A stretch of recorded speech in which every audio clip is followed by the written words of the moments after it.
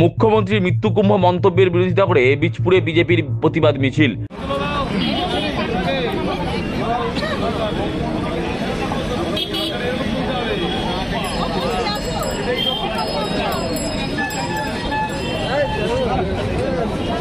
মঙ্গলবার বিধানসভায় মুখ্যমন্ত্রী মমতা বন্দ্যোপাধ্যায় বলেছেন, মহাকুম্ভ মৃত্যুকুম্ভে পরিণত হয়েছে।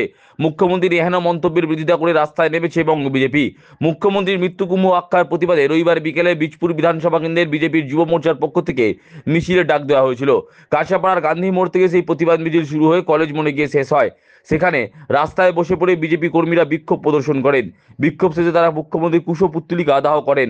উক্ত প্রতিবাদ কর্মসূচিতে যোগ দিয়ে বিজেপি নেতা প্রিয়াঙ্গু পাণ্ডে বলেন, সনাতনীদের বিরুদ্ধে কথা বলে মুখ্যমন্ত্রী সংখ্যালঘু ভোট ব্যাংক অটুট রাখার চেষ্টা চালিয়ে যাচ্ছেন। তাছাড়া বাংলায় প্রতিটি পুজো করতে সনাতনীদের বাধা পেতে হচ্ছে।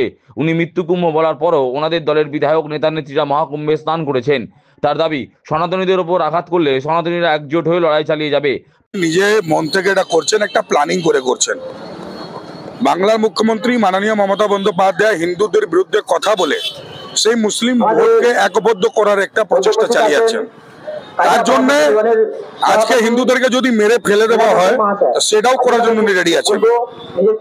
তো আজকে দিনে আপনি দেখছেন দুর্গা পূজা থেকে নিয়ে কালী পুজো থেকে নিয়ে মা সরস্বতী পূজা, প্রত্যেক পূজা করতে গিয়ে বাধা হচ্ছে।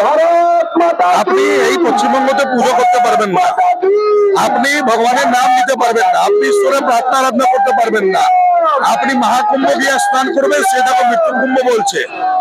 কিন্তু সৌভাগ্য আছে আজকে সনাতনের হিন্দুত্বের গর্ববোধ হচ্ছে যে মমতা বন্দ্যোপাধ্যায়ের মৃত্যুকুম্ভ বলার পরে ওনার নিজের দলের নেতারা গিয়ে মহাকুম্ভে গিয়ে স্নান করছে। এটাই হচ্ছে সনাতন, এটাই হচ্ছে হিন্দুত্ব।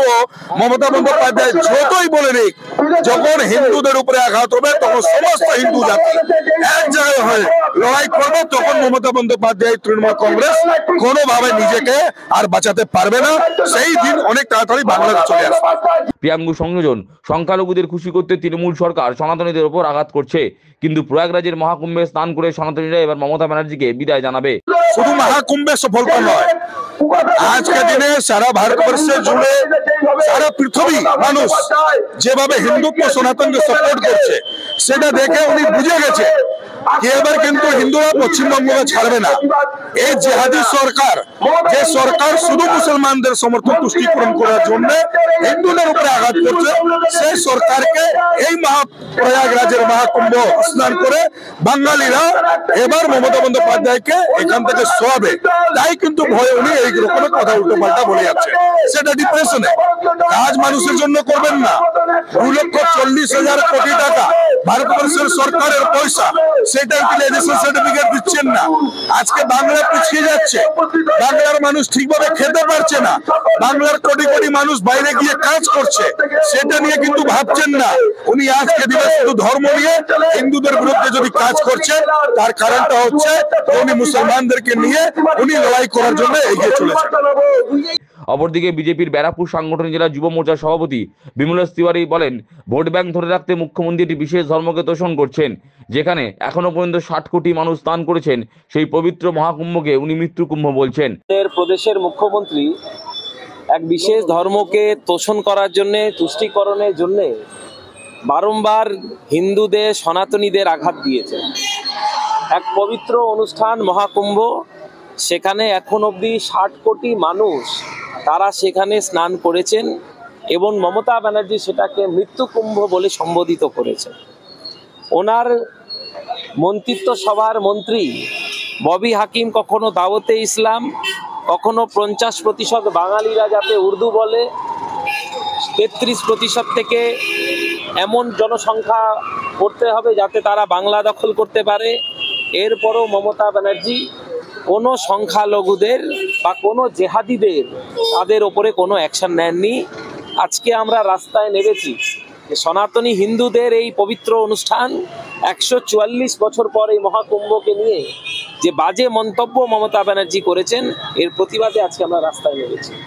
তার বক্তব্য, উনি মহাকুম্ভে স্নান না করলেও ওনার দলের বিধায়ক নেতা নেত্রীরা মহাকুম্ভে স্নান করেছেন, এমনকি ইন্ডি জোটের অনেকেই স্নান করেছেন। তার দাবি, 27 বছর বাদে বিজেপি দিল্লি দখল করেছে।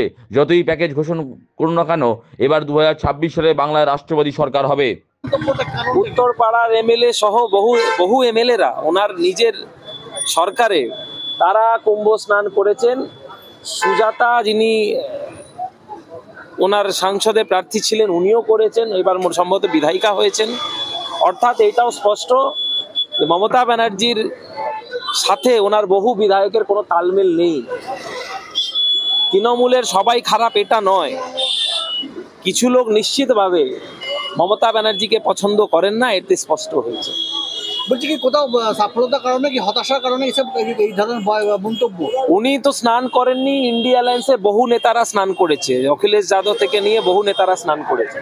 এখন ওনাকে নিজেকে প্রমাণ করতে হচ্ছে বিধানসভায় দাঁড়িয়ে, আমি ব্রাহ্মণ ঘরের মহিলা। উনি হিন্দুও রইলেন না, আর মুসলমানরা ওনাকে গ্রহণ করবে না। উনি রোজা না রেখে হিজাব পরে রোজা খোলেন, ওনাকে মুসলমানরাও মানবে না। যতই করেনি, তুষ্টিকরণের রাজনীতি করছেন, তোষণের রাজনীতি করছেন, ভোটটা পাচ্ছেন যতদিন, নিশ্চিতভাবে মমতা ব্যানার্জি নিশ্চিতভাবে উনি ভোট পাচ্ছেন, কিন্তু এটাও দীর্ঘদিন চলতে পারে না। 17 এত বছর পর বিজেপি আবার দিল্লি দখল করেছে, দিল্লি রাজ্য সরকার।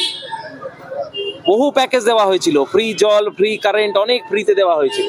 তা সত্ত্বেও মানুষ সেটাকে প্রত্যাখ্যান করে রাষ্ট্রবাদী সরকারকে নির্বাচিত করেছে। আবার এই বাংলায়, এবার বাংলাতেও যতই প্যাকেজ দিক, যতই পয়সা ফ্রিতে লোটাক, এখানে রাষ্ট্রবাদী সরকার গঠন হবে 26-এ, এটা আমরা আশা করি।